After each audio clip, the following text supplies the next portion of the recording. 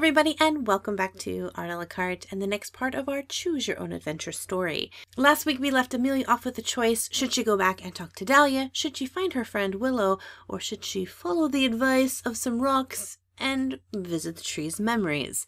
And the results of the poll tell us that we are going to follow some rocky advice. Now, before we get into the actual story part, for those of you who are brand new to my channel or at least new to this series and have no clue what's going on, let me direct you to a link in the description box, which will take you to the first video in this series. It explains everything that's going on, as well as starting you off at the beginning of the story, which will help you to make these choices. So now, without further ado, let us continue our adventure. Amelia looked down at Knox and smiled. Well, crazy as it sounds, I think we should follow the advice of the rocks. Knox, can you show me where the tree's memories are? Knox grinned and led the way. As the two of them walked down the dark tunnel, they came to a part where the tunnel split into two directions.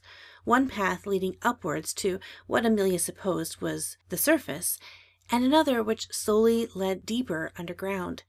To Amelia's surprise, Knox chose the pathway that led farther down underground. Knox, are we going under the tree? Knox looked back over his shoulder and grinned. Of course. Must go deep under the tree. It's where the roots are. It's the place where trees store their memories. Amelia smiled and followed her friend. As the two of them continued, Amelia noticed the sides of the tunnel began to change. What had once been just covered in rocks and dirt, now long wooden dark tendrils of roots wove their way around the tunnel. Amelia had to watch her step as she walked so she wouldn't trip over the long roots protruding out of the bottom of the cave. Finally, Knox stopped, standing in front of what appeared to be a large wall made completely out of twisted, dark roots. They were so tightly woven and twisted together, there was no way anyone was going to squeeze through. So, is this it, Knox? Amelia asked. Knox looked at the rock in his hand and then back at Amelia and nodded his head. Amelia stood there silently for a few moments and then whispered to Knox, So what happens now? Knox whispered back, I don't know. What do you mean you don't know? Amelia said in a louder voice. Knox looked at Amelia with a puzzled face and then back at the rock in his hand, then back to Amelia. I've never been here before. This is a place of dryads and trees, not for tunnel diggers. Amelia blinked at her friend. How do you know this is the place, then? Knox held up the rock in his hand. It's him who's giving directions.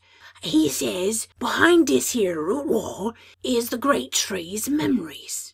Amelia looked back at the roots. The gaps were so tiny, Amelia could only see small glimpses of light beaming through. Do the rocks tell you how I'm supposed to get in? Knox looked at the rock in his hand as if he was listening intently to instructions, which he probably was. For in a moment or two he turned back to Amelia. The rocks say that you just put your hand on the roots, and the tree should let you in. Should let me in? Amelia questioned. Knox simply shrugged his shoulders. Amelia took in a slow breath. Well, here goes. And with that, Amelia reached her hand out and placed it on the roots. Amelia felt a strange sensation on her palm of her hand. It was warm and tingling. It didn't hurt. She could feel the wind blowing through the branches, small trickles of water traveling through the ground, insects, birds. It was like she could hear soft, muted voices talking around her. Amelia closed her eyes tight, trying to make out what the voices were saying. The sensation in her fingers and her toes intensified, and when she opened her eyes, she was no longer in the cave with Knox. Amelia found herself in a small area. She could see no door or passage that she had come through. It was then that Amelia realized that there was a soft glowing light above her. As she looked up, she saw hanging from dangling tendrils of roots small glowing orbs. The soft glow illuminated around her. I should be afraid, she thought. I don't know how I got here, and I really don't know how I'm going to get out of here.